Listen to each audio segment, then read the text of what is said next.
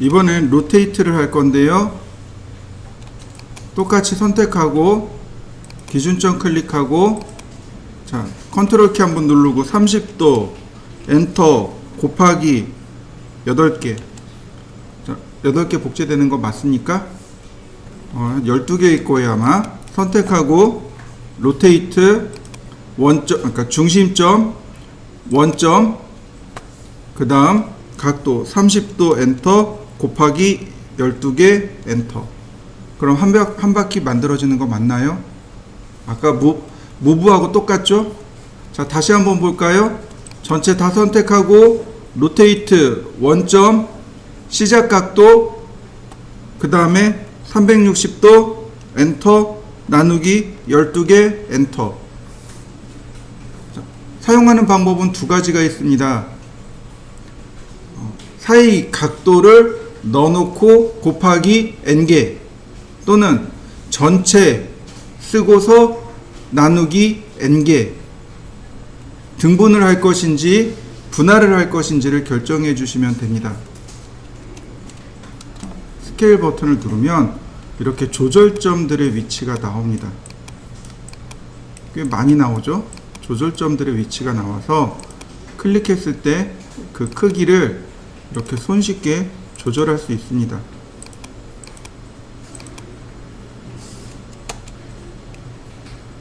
그럼 늘 이렇게 반대되는 지점이 이렇게 나오게 될 거예요. 자, 클릭하면 자, 어떤가요? 반대되는 지점이 나오죠? 이때 컨트롤 키를 누르면, 컨트롤 키를 누르고 있으면 이렇게 중간으로 들어갑니다. 자, 보세요. 반대로 가고 있죠. 그죠? 반대되는 점이 항상 반대되는 점으로 갑니다. 이렇게 보시면 반대되는 점이 자동으로 찾아지죠. 그래서 크기가 이렇게 조절이 됩니다. 그러나 컨트롤 키를 누르게 되면 이렇게 가운데로 들어가게 됩니다. 가운데로 들어가요. 이렇게.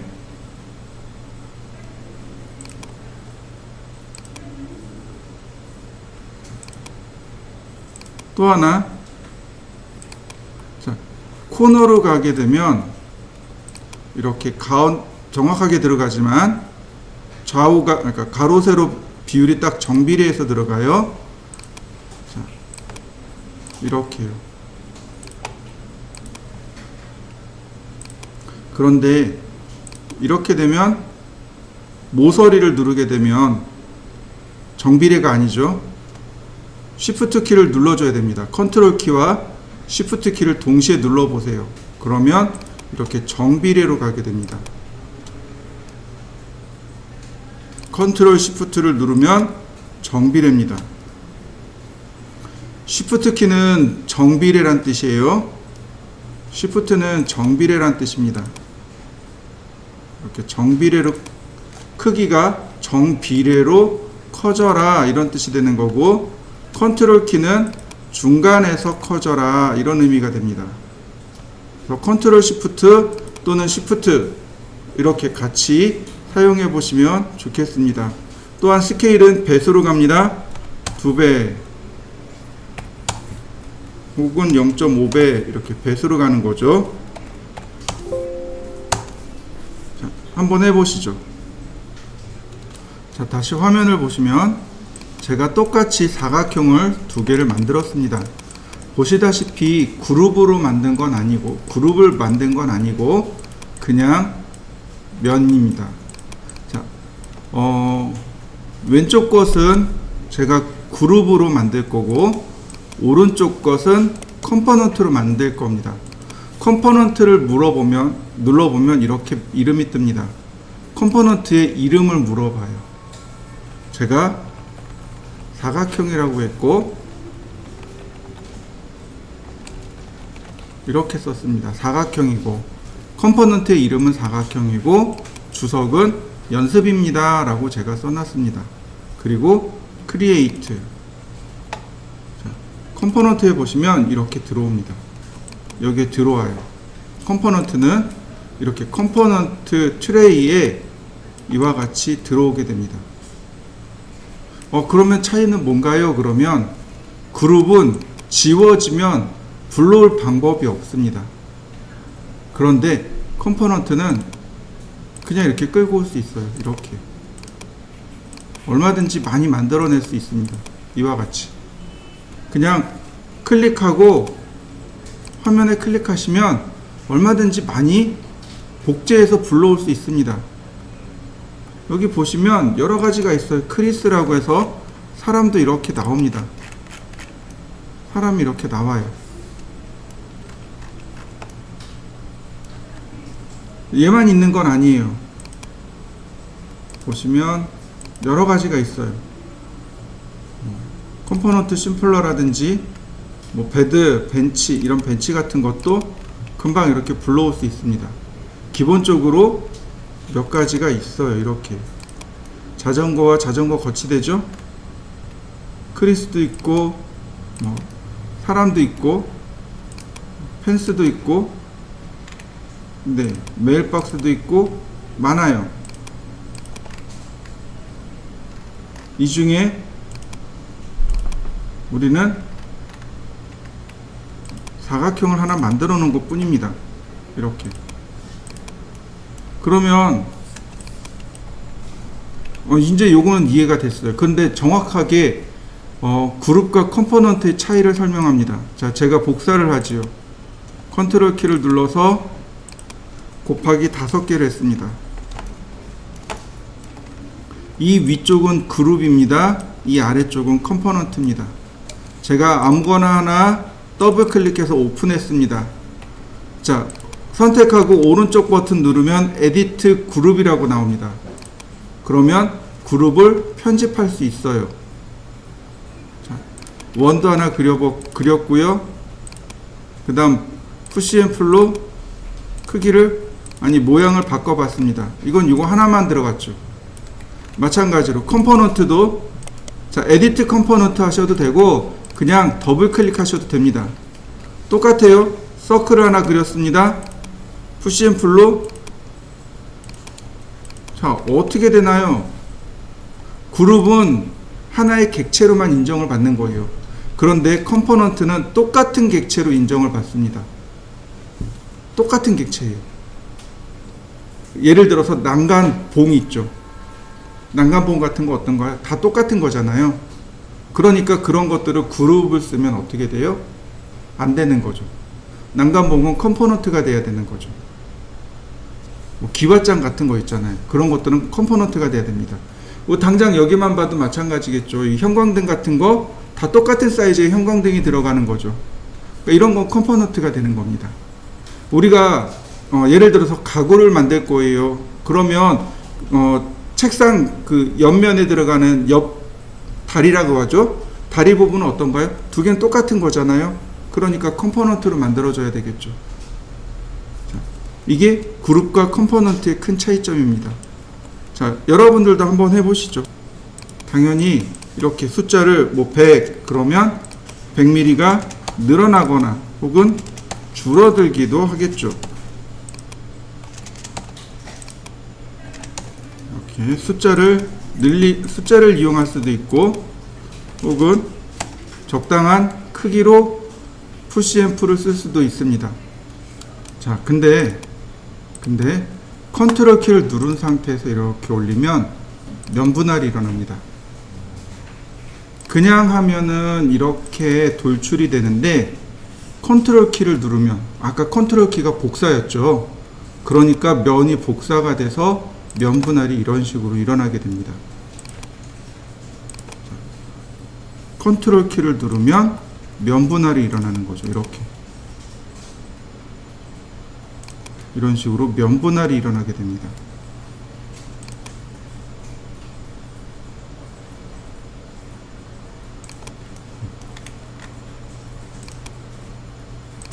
면분할이 일어나서 컨트롤 키를 누르면 이와 같이 면분할이 일어납니다. 그래서 원하는 모양으로 만들어 나갈 수 있어요. 자, 여러분들도 한번 해보시죠.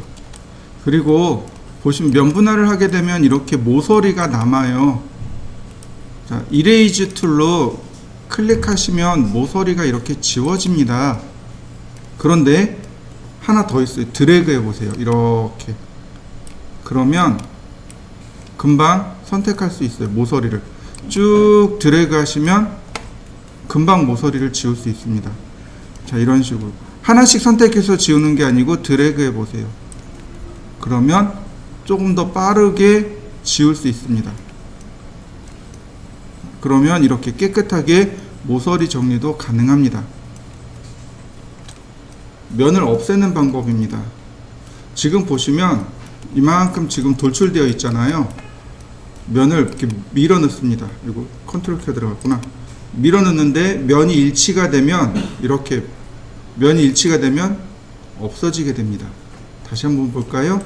뭐 여기야 지금 상관없겠지만 푸시앤풀 같은 경우는 이렇게 푸시앤풀 같은 경우는 해당 면이 이렇게 일치가 되면 삭제가 됩니다. 지금처럼. 다시 보세요. 푸시앤풀이 해당 면과 일치가 되면 얘는 안 되겠네요. 자, 일치가 되면 삭제가 됩니다. 이렇게. 한번 해보실까요? 면을 일치를 시켜 보세요. 해당 면이 이렇게 일치가 되게 되면 이런 식으로 일치가 되게 되면 면 삭제가 일어납니다. 그러니까 구멍을 뚫는 방법도 이래요. 사각형을 그려놓고 그 다음 푸시앤풀로 밀어 넣습니다. 이렇게 쭉 밀어 넣는데 이렇게 온페이스가 되면 면이 구멍이 나게 되는 거죠. 다시 한번 볼까요? 자, 렉탱글 사각형을 이렇게 조그맣게 그렸습니다. 그 다음 푸시앤풀로 쭉 밀어 넣을 건데 자, 이렇게 온페이스가 들어가면 면이 이렇게 구멍이 나요. 이게 이제 스케치업의 특징이 이렇습니다. 푸시앤풀로 쭉 밀어 넣는데 온페이스가 되면 이렇게 구멍이 나게 됩니다. 자, 한번 해보시죠.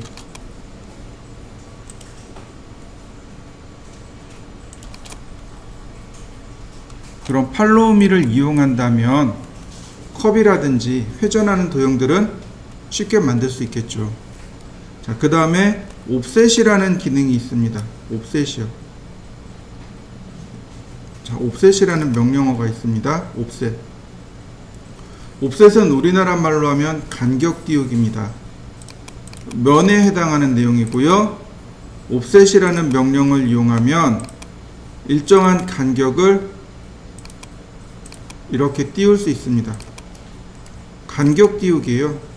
이런 식으로 간격을 띄워 테두리를 만드는 것, 그게 옵셋입니다. 푸시앤풀. 자, 이런 모양으로 모양을 금방 만들 수 있겠죠. 자, 한번 해보실까요?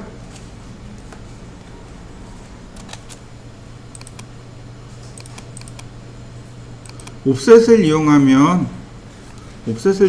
이제 숫자로도 이용이 가능해요. 여기다가 숫자로 쓸 수 있습니다. 예를 들어서 20mm 그러면 20mm짜리 테두리가 생겨나는 거죠. 클릭한 다음에 50mm 그러면 50mm짜리, 100mm 그러면 100mm짜리 테두리가 이와 같이 만들어지게 되는 겁니다. 그러니까 뭐든지 다 숫자로도 우리가 제어할 수 있다라고 생각을 하시면 좋겠고요. 자, 다시 한번 볼까요?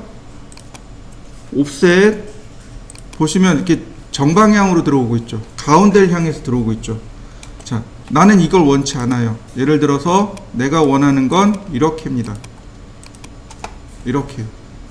지금 제가 모서리를 3개 선택했죠. 그러면 옵셋을 하게 되면 이렇게 옵셋이 됩니다. 자, 내가 원하는 건 이렇게예요. 옵셋. 그러면 이와 같이 옵셋이 일어납니다. 내가 원하는 건 이겁니다. 옵셋. 그러면 이와 같이 내가 원하는 방향으로도 옵셋이 가능해요. 최소 2개입니다. 1개는 안 돼요. 이렇게 해서 옵셋, 글쎄요. 네, 안 되겠죠. 그죠? 그러니까 최소 모서리를 2개를 선택해야만 옵셋이 이와 같이 일어나게 됩니다. 자, 여러분들도 한번 해보시죠. 이렇게 모서리를 3개, 2개 이런 식으로 지정해서 한번 해보세요. 폴리곤을 이용한다면 조금 더 다양하게 옵셋을 해볼 수 있겠죠. 자, 모서리를 조금 더, 아이고 얘는 안 되는구나. 자, 한번 해보시죠. 테이프 메주어를 조금 더 설명을 드릴 겁니다. 테이프 메주어, 그 다음 치수 기입하기. 테이프 메주어는 거리를 측정할 때 사용하는 명령어가 테이프 메주어입니다. 두 점을 클릭하시면 됩니다. 그러면 두 점 사이의 거리가 이렇게 툴팁으로 나와요. 두 점 사이의 거리가 이렇게 툴팁으로 나옵니다. 여러분들도 점으로 재보시죠. 두 점을 클릭하면, 두 개의 점을 클릭하면 이와 같이 툴팁으로 거리가 나옵니다.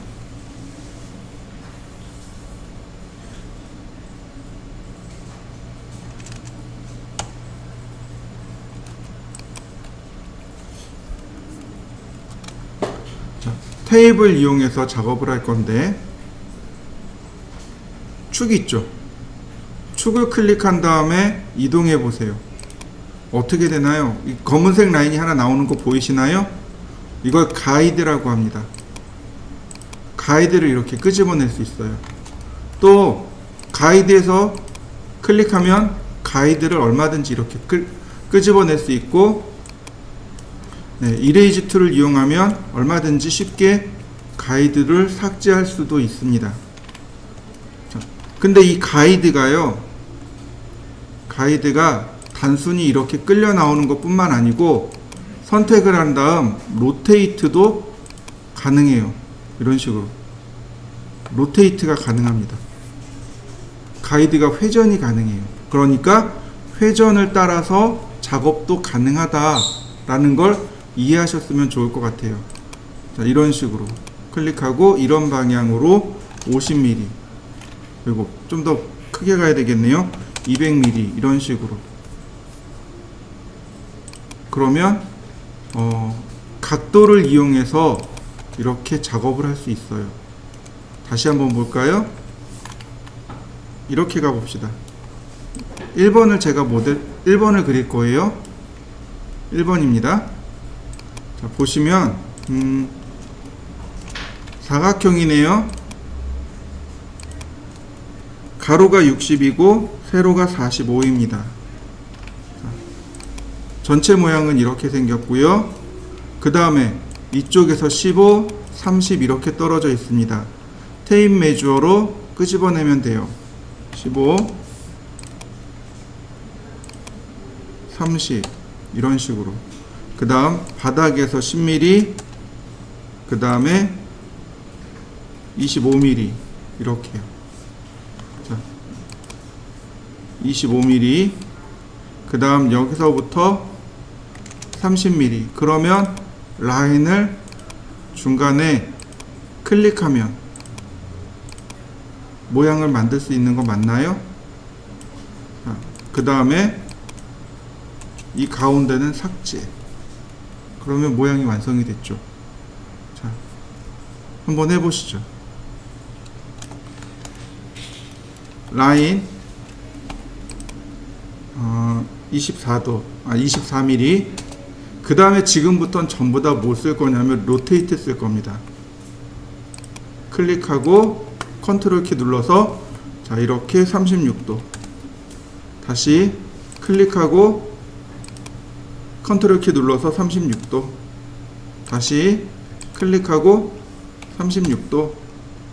다시 클릭하고 36도. 컨트롤 키를 누르면 계속 복제가 일어나는 거죠. 그 다음에 라인을 이용해서 미드 포인트, 즉 중간점을 이와 같이 클릭해 주시면 됩니다. 어차피 중간점을 이렇게 연결하면 선을 2등분하는 각도가 되기 때문에 네, 그러면 금방 만들어지기도 합니다. 자, 이런 식으로 로테이트를 이용하셔도 돼요. 테이프 메주어를 그러니까 테이프 툴을 이용해서 각도를 회전시켜서 그려도 되지만 지금처럼 선을 로테이트해서 그리셔도 가능합니다. 거의 다 하셨을 거예요. 자, 툴 메뉴에 보시면 디멘전이라는 것이 있습니다. 치수란 뜻이에요. 바로 여기 치수가 또 빠져나와 있고요. 자, 보시면 점을 이렇게 클릭해주면 치수가 나옵니다. 근데 각도가 안 되더라고요.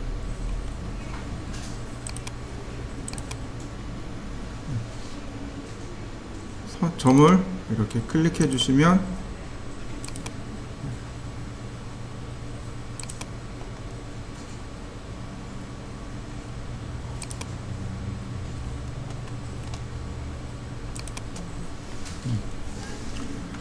자, 근데 여기 나와 있는 치수들은 보시면 이렇게 문자가 회전해요. 화면을 향해서 계속 회전하고 있는 걸 알 수 있습니다.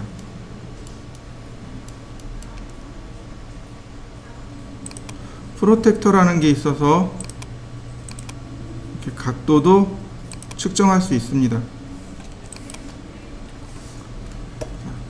일단 중요한 거는 여기 프로텍터도 있고 디멘전도 있고 텍스트도 있습니다. 텍스트는 문자예요. 이렇게 문자를 이렇게 끄집어낼 수 있습니다. 기본적으로 나오는 것은 이 해당 부분에 대한 면적입니다. 면적이 기본으로 끌려 나오고 여기다가 내용을 쓰시면 됩니다.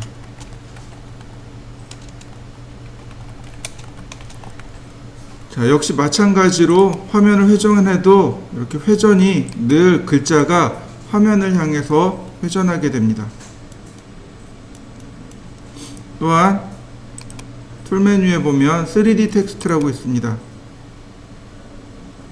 조금 기다려 볼까요? 네.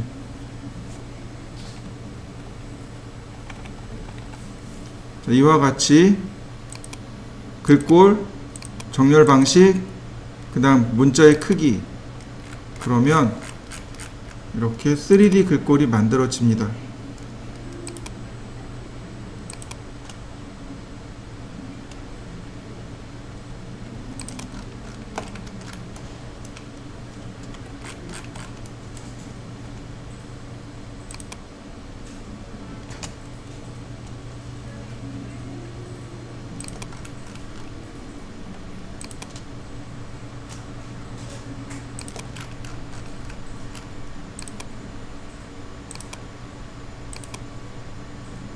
자, 이렇게 3차원으로 된 글씨도 사용할 수 있습니다. 자, 한번 여러분들이 그리신 거에다가 치수를 한번 넣어 보세요.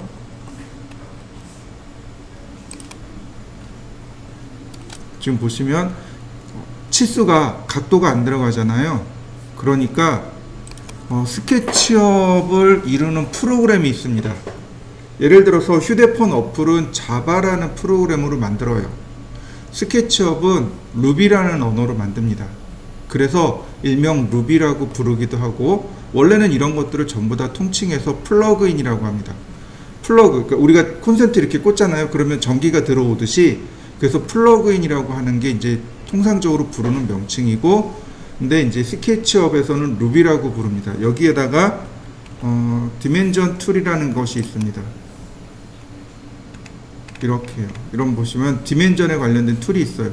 얘는 $10짜리네요. $10짜리 유료고, 얘는 프리, 무료고, 이런 거를 설치하게 되는 겁니다. 그러면 비로소 우리가 원하는 치수들, 각도라든지 혹은 또 다른 여러 가지 치수들, 여기 보시면 툴바에 이렇게 90도에서 각도가 들어가는 거 보이시죠? 네, 이렇게 들어가게 됩니다. 그래서 여러분들은 어떻게 하셔야 되냐면 구글에서